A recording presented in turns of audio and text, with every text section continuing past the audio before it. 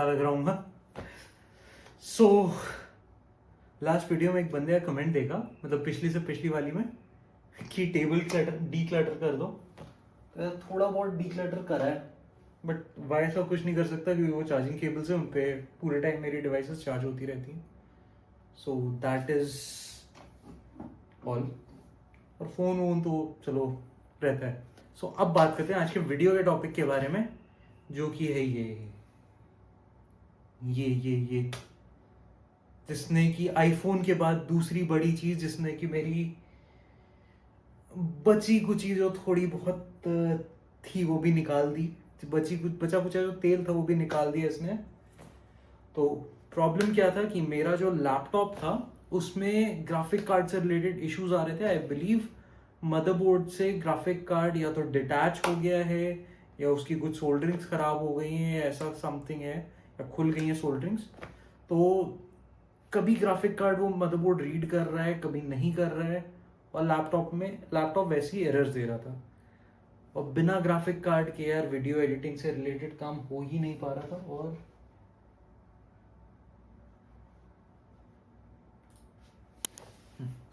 बिना graphic card के video editing से रिलेटेड काम हो ही नहीं पा रहा था।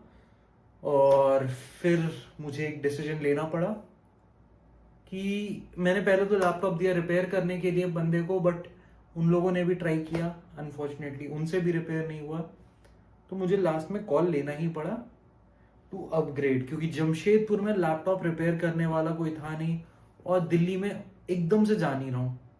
तो ठीक है यार, और लैपटॉप रिपेयर हो भी जाएगा तो भी it would been a big question mark कि कितने दिन और चलेगा। At the end of the day मेरे को एक सिस्टम पे मतलब एक अपग्रेड करना ही था, और एक सिस्टम लेने का मेरा बहुत साल से प्लान था। तो ठीक है, अब मैं बताता हूँ इसकी कॉन्फ़िगरेशन मैंने क्या करवाई। तो पहले आ जाते हैं हम इधर, यहाँ पे क्या है ये देखो, पहले आ जाते हैं इधर। सो ये सारी चीजें हैं जो कि इस कंप्यूटर में लगी हुई हैं, वो सारी चीजें ये हैं। और इसमें क्या क्या आता है, तो सबसे पहला तो आता है एक फ्रंटेक का पावर सप्लाई, जो कि 850 वॉट्स का। 850 वॉट्स मेरे सिस्टम के हिसाब से रिक्वायर नहीं था, बट फिर भी मैंने लिया। देयर वर सर्टेन रीजंस कि क्यों लिया, और शायद मैं इसे आगे जाकर के कुछ सालों में चेंज करवा लूंगा। यार लिमिटेड बजट, बहुत कम बजट में मैंने सिस्टम लिया है। उसके बाद आ जाता है नहीं, उसके बाद आता है ये अपना मदरबोर्ड, जिसके बिना तो कंप्यूटर अधूरा है। तो H510MKV2 मदरबोर्ड है गीगाबाइट का। ये मदरबोर्ड 11 जेन प्रोसेसर्स तक ही सपोर्ट करता है। उसके बाद फिर मुझे अपग्रेड करना पड़ेगा, और मेरे पास अभी 11 जेन प्रोसेसर ही है। इसका भी वही रीजन है यार, बजट।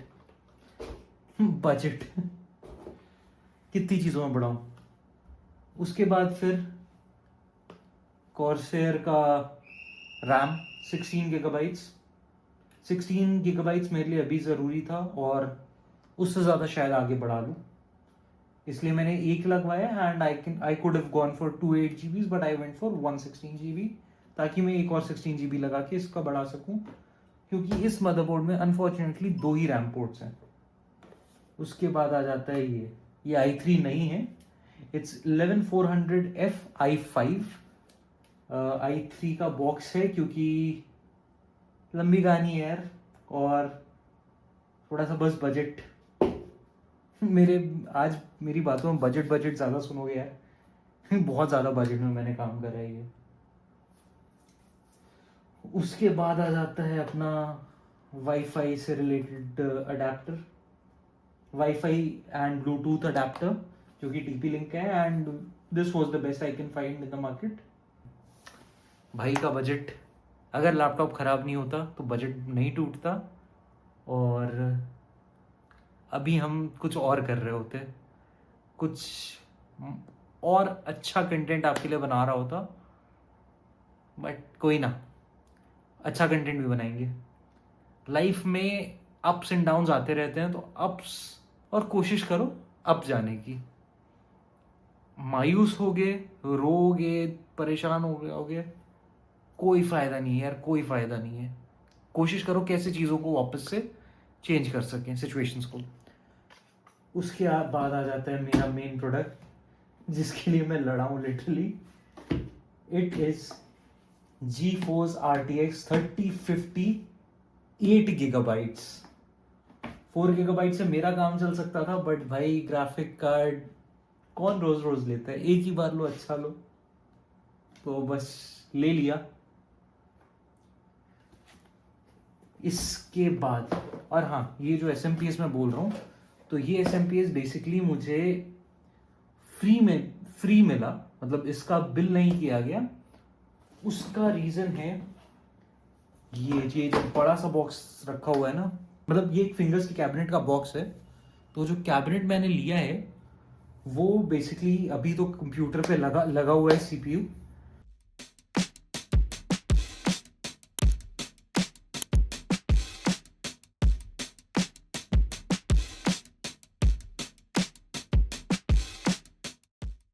इस कैबिनेट में क्या है, it is not a RGB वाला टाइप कुछ भी, एक नॉर्मल कैबिनेट है, मेटल कैबिनेट है, क्वालिटी काफी अच्छी है। और इसके साथ में SMPS इनबिल्ट आ रहा था, बट वो SMPS 250 वॉट्स का था, which didn't support my this thing.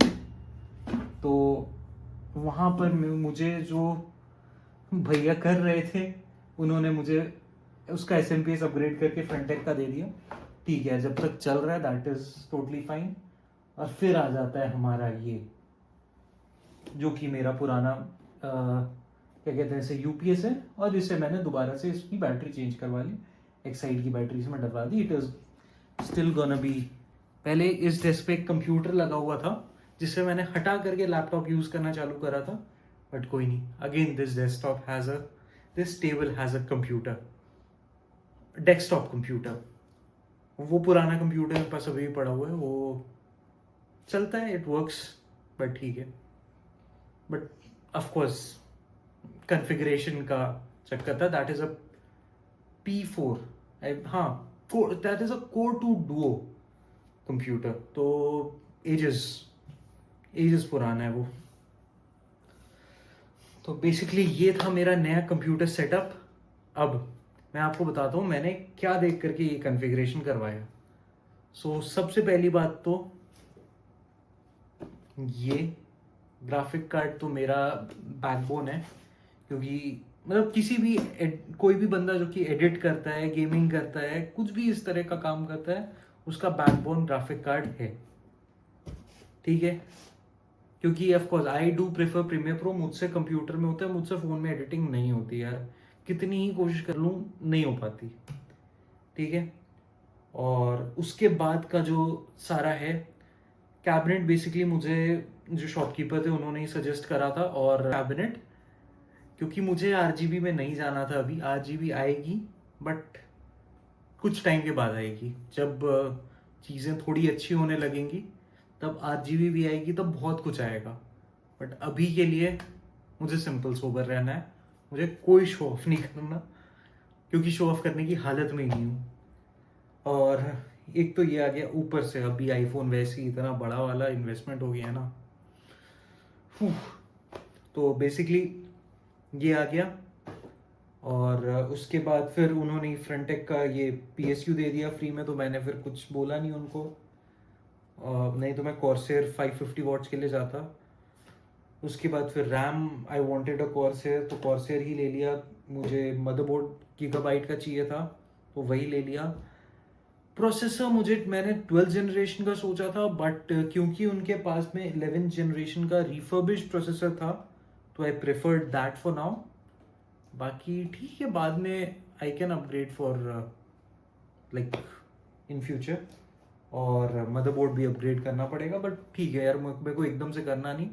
At least 2 साल के लिए आई एम टोटली आउट इस चीज़ में, तो 2 साल में 1 रुपया नहीं डालने वाला अपने सेटअप के ऊपर में।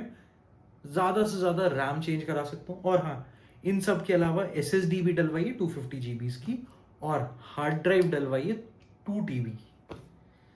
तो that is all I have done on my computer. और फिर सॉफ्टवेयर तो इसमें एज यूजुअल। और हाँ, एक और चीज़, विंडोज़ इसमें करवाए हैं मैंने इंस्टॉल। मतलब इंस्टॉल नहीं करवाए, इंस्टॉल खुद किए। विंडोज़ का लाइसेंस लिया है इसका, प्रो का, Windows 11 Pro. That's all that I have done to it. बाकी मैं शॉर्ट्स बनाने लगा हूँ, तो प्लीज़ यार इंस्टाग्राम पे, सॉरी शॉर्ट्स नहीं, रील्स बनाने लगा हूँ, तो प्लीज़ यार इंस्टाग्राम पे द रोडियम को फॉलो ज़रूर कर लेना। मोटरसाइकिल से रिलेटेड बहुत कुछ आने वाला है। इनफैक्ट इस चैनल पे भी मैं कुछ वीडियोस के बाद मोटरसाइकिल्स पे बनाऊंगा। एंड क्योंकि अभी एक और वीडियो है जो कि मुझे बनाना बहुत ज़्यादा इंपॉर्टेंट लग रहा है आप लोगों के लिए। The problem I am facing with a company, देखता हूँ बनाऊंगा नहीं बनाऊंगा श्योर नहीं है, लेकिन ज़रूरी लग रहा है यार, क्योंकि अब बहुत ज़्यादा ख़राब हो रखी हैं सिचुएशंस। तो देखता हूँ, शायद बनाऊँ शायद नहीं बनाऊँ। तो प्लीज़ देखते रहो, फॉलो करते रहो। कंटेंट में अगर मज़ा आए तो बताओ, नहीं मज़ा आए तो बताओ। कुछ इन्फॉर्मेशन आपको चाहिए जो कि आपको लगता है कि मैं दे सकूं, तो प्लीज़ पूछो। और बाइक से रिलेटेड यार, आरटीआर, सॉरी, ये अपाचे का जो नया एडीवी आया है टीवीएस वालों का, क्या सेक्सी बाइक है यार। I have been watching that continuously, मैं फैन हो चुका हूँ। बस अभी ये खर्चा हो गया, नहीं तो वी स्टॉर्म सल्टा के ना ले लिया होता। कोई नहीं, हो सकता है इन फ्यूचर वी स्टॉर्म सल्टा के कोई अच्छी बाइक और ले लूँ। वी स्टॉर्म हो गया 3 साल हो गए, राइड्स भी कुछ कुछ बहुत कम ही की है, बट ठीक है यार, वी स्टॉर्म भी जल्दी लेकर गया।